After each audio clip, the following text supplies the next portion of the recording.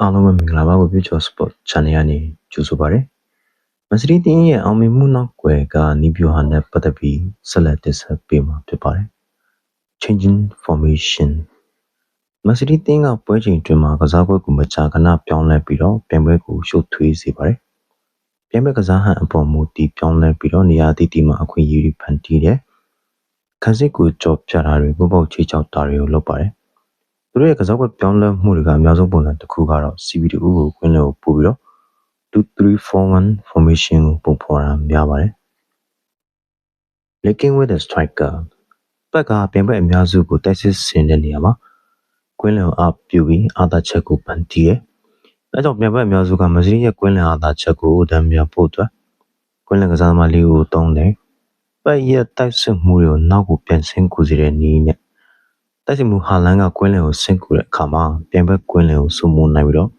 ပြိုင်ပွဲနောက်ခံလူတွေအလုပ်ပိုလာစေပါတယ်။ပြိုင်ပွဲနောက်ခံလူကစီးတီးတိုက်စစ်ကစားသမားတွေကိုမာကင်လိုက်ယူရင်းနဲ့စီးတီးအတွက်နေရာလွတ်တွေရလာစေပါတယ်။ Finding the pocket စီးတီးတင်းရဲ့ attacking midfield ကစားသမားကနေရာလွတ်တွေကိုအမြဲရှာဖွေပြီးတော့စီးတီးတင်းရဲ့ midfield အပြုကစားတဲ့ပုံစံကြောင့် attacking midfield ကစားသမားကနေရာလွတ်အမြဲရနေတတ်ပါတယ်။စီးတီးရဲ့နောက်ခံလူသုံးပုံကစားသမားတွေက attacking midfield နေရာလွတ်ရလာတဲ့အချိန်မှာဖြတ်တင်ဘောတွေပေးပို့တယ်။ရလာတဲ့ဖြတ်တင်ဘောကိုကွင်းလယ်တိုက်စစ်ကစားသမားကပြိုင်ပွဲကိုပေါက်ကိုဆက်ပြီးဦးတည်ပါတယ်။နောက်ကတော့ final third စီးတီးရဲ့ final third မှာ chance creation လုပ်နေတာတော့ရန်ကိုကောင်းလွန်ပါတယ်။အခွင့်အရေးအများကြီးဖန်တီးနိုင်တယ်။အဓိကကတော့ center back နဲ့ full back ကြားကနေရာလွတ်တွေဦးတည်ဖန်တီးပါတယ်။စီးတီးရဲ့နောက်တွင်ကတော့ underlap ဖြစ်ပါတယ်။ position အရယူပြီးတော့တောင်မန်ကစားသမားအတွက်နေရာလွတ်ရှာတယ်။တောင်မန်ကစားသမားစီကိုမလုံးပေးပို့တယ်။တောင်မန်ကစားသမားကနေတစ်ဆင့်ကွင်းလယ်သမားနံပါတ်8ရဲ့ပြည်လန်ကိုခင်းပေးလေးရှိရပါတယ်။စီးတီးရဲ့ attacking midfield ကိုမာကင်ယူကစားရတဲ့ပြိုင်ပွဲ defensive midfielder မာကင်လက်မြူနိုင်ပဲနဲ့အခက်အခဲကြုံလို့ရှိပါတယ်။ပြိုင်ပွဲဆရာဘက်အနေနဲ့လည်းစီးတီးရဲ့ attacking midfield ကိုမာကင်လိုက်ယူမယ်ဆိုရင် box တွင်းက striker ကိုနေရာလောအနေနဲ့ပေးရနိုင်တယ်။အဲ့တော့စီးတီးရဲ့ attacking midfield ကနေရာလောရပြီးတော့တောင်မန်ကစားသမားတွေအနေနဲ့ AMC ကိုဘလုံးပေးပို့လိုပါတယ်။အန်ဒလန်နဲ့ပတ်သက်တဲ့နောက်ချက်ကစီးတီးကစားသမားတွေအနေနဲ့ full back တွေနဲ့နီးကပ်တဲ့အန်ဒလက်ပြေးလမ်းကြောင်းကိုလုပ်လို့ရှိပါတယ်။အန်ဒလက်ရဲ့ရည်ရွယ်ချက်ကပြိုင်ပွဲဗဟိုကန်စစ်ကစားသမားတွေကို decision making ပြဿနာသက်စေဖို့ပါပဲ။ပြောရရင်တော့အန်ဒလက်အခြေအနေမှာ PVD ဘိုင်းလိုကစားသမားကပြိုင်ပွဲ full back နဲ့အနီးကပ်ပြေးပြတယ်။စန်တာဘက်ကသူ့စီကမာကင်လာယူဖို့အတွက်ဖန်တီးပါတယ်။စန်တာဘက်သူ့စီမာကင်လာယူတာနဲ့ post ရဲ့နေရာလွတ်ကိုပေါ်လာတယ်။စန်တာဘက်ကသူ့နေရာမှာဆက်နေတယ်လားဒါမှမဟုတ်ပြေးလမ်းကိုလိုက်ပရော့တင်လာဆိုတာတော့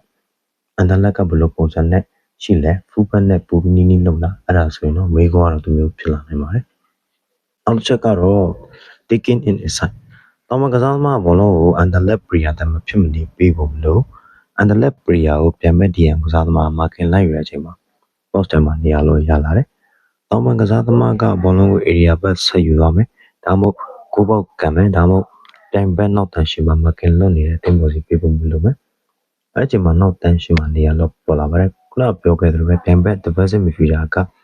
အန်ဒလက်လောက်လာတဲ့စီတီကစားသမားကိုမာကင်လိုက်ယူလိုက်လို့ဖြစ်ပါတယ်။လွတ်နေတဲ့ကစားသမားကဘောလုံးကိုရပြီးတော့ကိုပေါက်ကန်သွင်းပြီးကိုရနိုင်စီရှိလာပါတယ်။ပြန်ရတင်ကဆရာဘက်နဲ့ဖူဘက်ချာကနေရာလွတ်တွေကို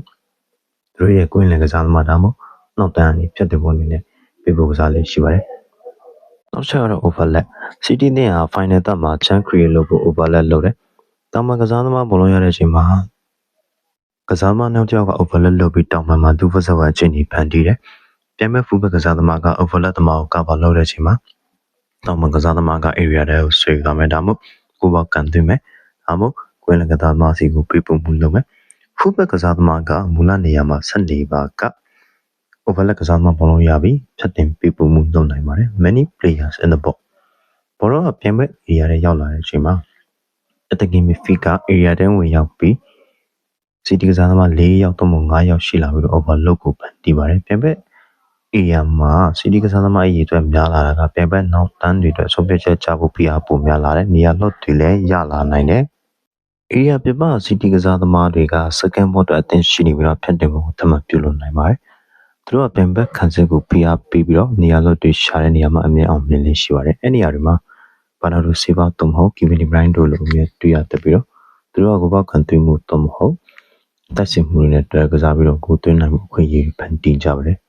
နောက်တစ်ခုကတော့ back post City ရဲ့ကိုအများစုကဖြတ်တင်ပေါ်ရဲ့တစ်ဖက်အနောက်ကိုယ်တိုင်ကိုတည်တယ်ပြပနောက်ခံရဲ့နောက်ဖက်ကိုအမှတ်ထင်ပြေးဝင်ပြီးတော့နေရာယူကိုသွင်းတတ်ပါတယ်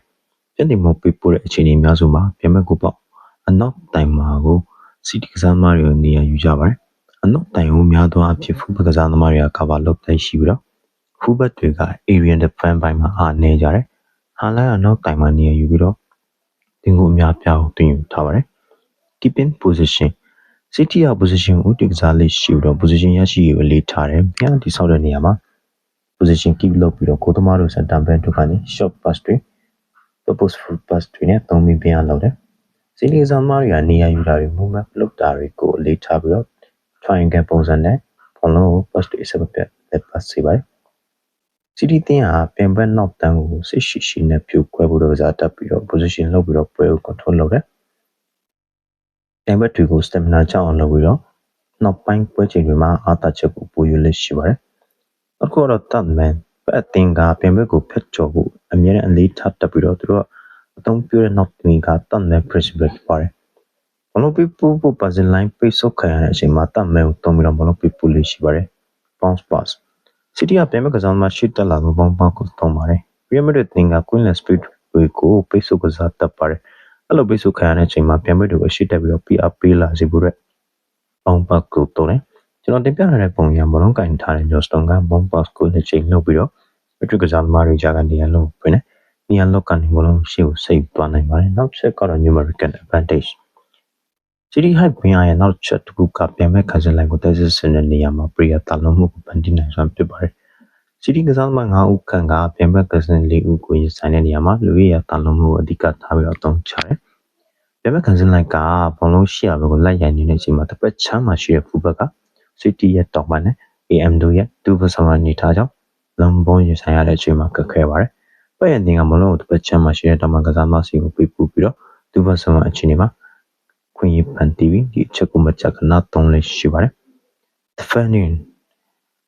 high press ပုံစံနဲ့ City တင်ကပြန်ဘက်ကိုလုပ်တဲ့အချိန်မှာ 4-1-3-2 formation ကိုတုံးပါတယ်။အသင်းများစုကဘင်းအားလုပ်တဲ့နေရာမှာ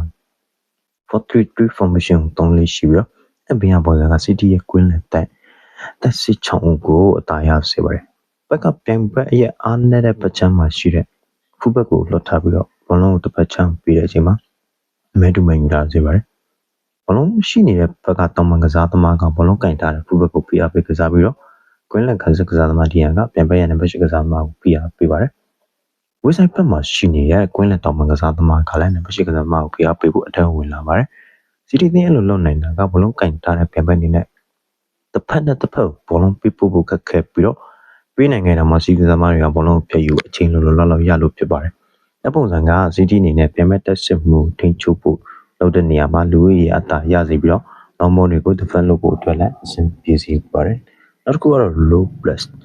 press ပုံစံမှာ City က 4-4-2 formation ကိုသုံးပြီးတော့ mid block လုပ်တယ်။ပြန်မဲ့တွေကိုဘေးကိုပိုကားထွက်စေတယ်။ City က defend လုပ်တဲ့နေရာမှာပြန်မဲ့တွေအတွက် space တွေကိုပိုချအောင်လုပ်တယ်။ဆိုလိုတာဖြစ်နိုင်တယ်များရှေ့တက်ပြီး PR ပေးတယ်ပြန်မဲ့အနေပေးတာတွေဘေးကိုပေးရတယ်နောက်ပြန်ပေးရတယ်လောက်တိုင်းမှာ City ရဲ့ first present line ကရှေ့ကိုတက်ပြီးတော့ press လုပ်တယ်တခြား present line တွေလည်းရှေ့တစ်ဆင့်တက်လာတယ်ပေးပို့မှုကိုပြန်ဘက်ကထပ်လို့ရင် press တက်လုပ်တယ်ရှေ့ကိုထပ်တက်တယ်ပြန်ဘက်ကိုနောက်ဆုတ်သွားစေတယ်အဲ့ဒီနဲ့ပြန်ဘက်က City ကူပေါက်ကနေဝေးတော့ပြီးတော့ဘိုးပေါက်ချီချောက်ကိုအခွင့်အရေးပို့ပြီးတော့နဲလာပါတော့တယ်ညီကုန်းချုံတွေနဲ့ပြောရင်တော့ပက်ရအသင်းကိုတကယ် analyze လုပ်တဲ့အချိန်မှာအမြင်မှုနောက်ကအသေးစိတ်ချက်လက်တွေကိုကျွန်တော်အနေနဲ့တွေ့ရပါတယ်ပက်ရချီကပ်ပုံနဲ့ free formation တွေ positional brain တွေနဲ့ present ပုံစံအမျိုးမျိုးတွေကလက်ရှိဘာလို့မလုံးလောကမှာအမှတ်အသားတစ်ခုအနေနဲ့တွေ့မြင်နေရပါတယ်သူ့ရဲ့စနစ်ကျတဲ့ data တွေ relation present မဆုံးမနစ်ပြပေးတဲ့ပုံစံတွေကြောင့်ဘယ်လိုဒီနေ့ဒီတကယ်ပိုင်းဆိုင်ရာမှာ evolution တွေနဲ့ဆက်သွားနေအောင်မယ်နည်းပြတ်လို့ကျွန်တော်အနေနဲ့ရှင်းပြပေးပါတယ်။ပတ်ရဲ့ City သင်ဟာလာမယ့်ရာသီမှာဘလို့တတိ carry နဲ့ဆက်လက်ပြီးတော့စားသွားနိုင်မလဲဆိုတော့ကွန်မန့်မှာဝင်ရောက်ဆွေးနွေးတော့တဲ့ပရိသတ်တွေခေါ်ပါတယ်။အားလုံးကျေးဇူးတင်ပါတယ်။ Video Sports Channel ကို like and subscribe လုပ်တော့ပေးကြပါဦး။